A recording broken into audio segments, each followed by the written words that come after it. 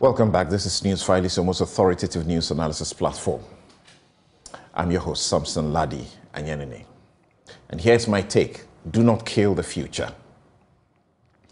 I don't know Justice Abdullahi enough to vouch for him, but I felt hurt when the NPP labeled him as NDC in an attempt to question his motive for taking up a suit whose outcome they celebrate. A deputy speaker can form quorum and vote to decide matters in Parliament. They got the class of their near-cursed, unreasoning followers of vile propaganda to smear the young lawyer and teacher, telling the NDC to stop criticizing the judgment because they didn't get what they wanted using Abdullahi to mount the suit.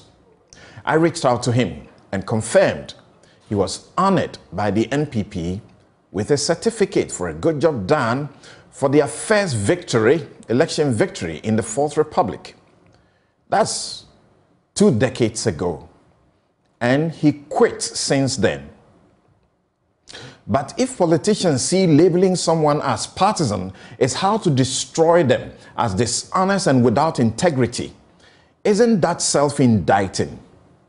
MPs damaged Ghana's reputation over an issue, and it has taken this young man who is growing a young law firm to secure a solution to avoid the repeating embarrassment and hemorrhage to government business by the opposition. Let's not destroy young people with promise for this country if we can't support them.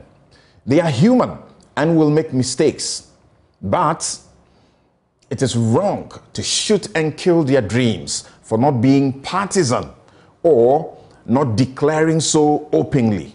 They are partisan people who are impartial and have not lost their sense of judgment and justice.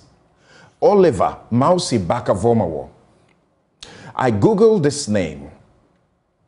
An impressive CV greets me. He is a consummate academic with iconoclastic ideas, challenging the status quo to force institutional reform for a better life, especially for suffering people who must get the best of democratic leadership that believes in progressive alternatives for reconstructing a more equitable society. He learned that from Harvard. How do I know this? Just by going through his social media messages and listening to him since he became what he calls the accidental convener for Fix the Country. And I, like most of you, got to know him. The first time I met him must have been recently at the Ashaman police station. He told me applying for bail for himself and leaving the many inmates poor and forgotten was simply not good enough. And that is when I appreciated attempts, including at the Supreme Court, by him to fight the status quo for a greater good. If an accused is not to be detained by police for more than 48 hours, if they won't grant him or her bail, and if they are thus compelled to produce this accused before a court so he or she can apply for bail, what justice or logic dictates that it is okay to present such a person charged with a certain offense before a court that cannot grant them bail but can effectively remand them into custody until such time that they can afford the services of a lawyer to apply for bail for them in a higher court with power to grant them bail? It is gratifying to know Oliver will continue this noble pursuit. I interviewed him recently and I had a sense of what he stands for. I was a person preoccupied with different interests, mainly the philosophy of law and cognitive psychology.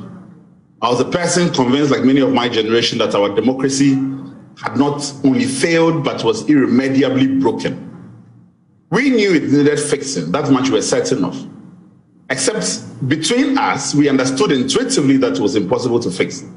And even if it wasn't, our politics will not allow it. It was too vicious. Innocent lives had been lost in the project to fix Ghana. Many had been maimed and communities left fractured. In many regards, those lost and broken lives served as a cautionary tale for why we citizens, or perhaps more accurately subjects, needed to remain pliant and toe the line. We knew to stay away from any ambitious projects of reimagining or pursuing a different vision for our society. Our parents raised us to be afraid of dreaming different.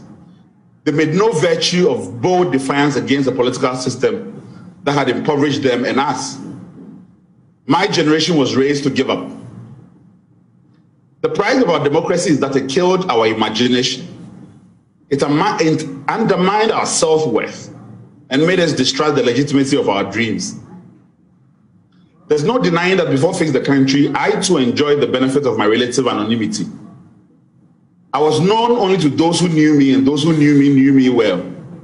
I was hardly the object of public controversy, and Ghana's broken politics served only as a periodic distraction from a life I had a better grasp on. It was both peaceful and valued. It was a life that took me to working in the biggest law and policy firm in Washington, D.C., in close proximity with several officials who had served high-level roles in the Clinton and Obama administrations, including even Obama's former Attorney General Eric Holder, to the International Court of Justice and to the Legal Office of the United Nations. So in a sense, nothing was missing. And yet something was, if that makes sense. So Fix the Country deprived me of my anonymity and thrust me and perhaps the entire nation into a conversation that I think we can all agree came at a time we had not chosen. And yet it came too late. And in that it was disruptive to my life and those of my fellow activists and to our professional engagements. At the time, we did not fully understand what we were signing up for. Fix the Country has aged me and the numerous others who volunteered to take up this charge twice as fast. And yet we took the blows and stood steadfast. You know, when Macho Kaka died, something died in me and the other Fix the Country activists that day, and with him.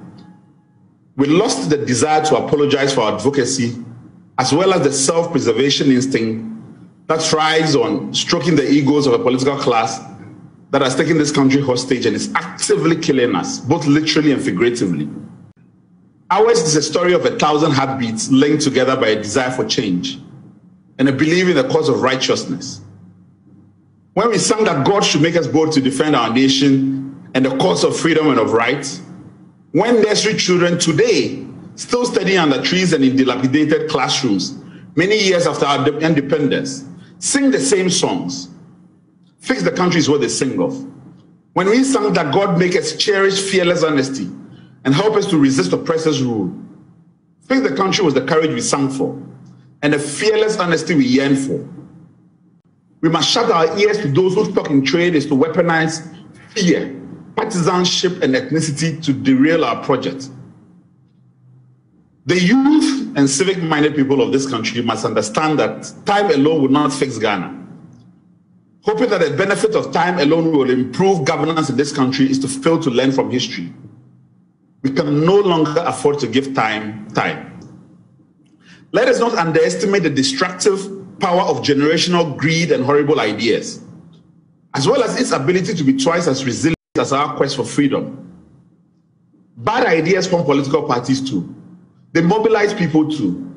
They compete for elections too. They form younger cadres, name them Tain or Tescon, and siphon out the soul of young people. They promise them that the public kitty will be theirs for the taking if they are patient and loyal, if they defend corruption with their might, if they insult journalists and abuse activists. The forces that hold this country back are so entrenched in everyday processes that we have become blind to them.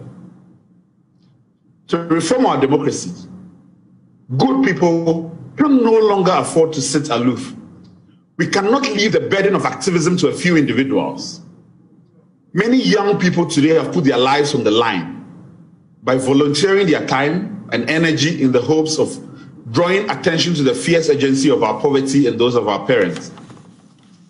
We have pointed out the deceptions of this dictatorship of no alternatives that is hidden under the cloak of a superficial multipartisan democracy. Party politics has become a vehicle for rot, corruption, arrogance, and abuse of power. Our hospitals and our roads are killing us. Our school systems are preparing us to fail. Nothing works in this country. To get justice, you must pay for the police to come to your house and investigate the crime. You must go and find the suspect yourself, and you must pay for them to come and effect an arrest.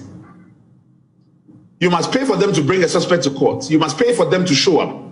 This is not a democracy. This is a system that works for only those who are rich and notorious. Half of this country lives in kiosk and dilapidated buildings. There are more Ghanaians living below the poverty line than they did when we sacked the colonial oppressors. We are led by a political class that act like priests who have lost their faith but have continued to keep their jobs. We are a visionless society led by quacks who are not honest enough to admit they are in over their heads. And even if this country were to break down completely, our political class will steal the doorknob on the way out. This is the legacy of the Fourth Republic. I am Samson Ladi Anyenini. I believe in the Ghana Democratic Project, and that its future is in young men and women like Abdullahi and Oliver Mausi Baker Vermawa. Do not kill the future. And that's my take. We'll be right back.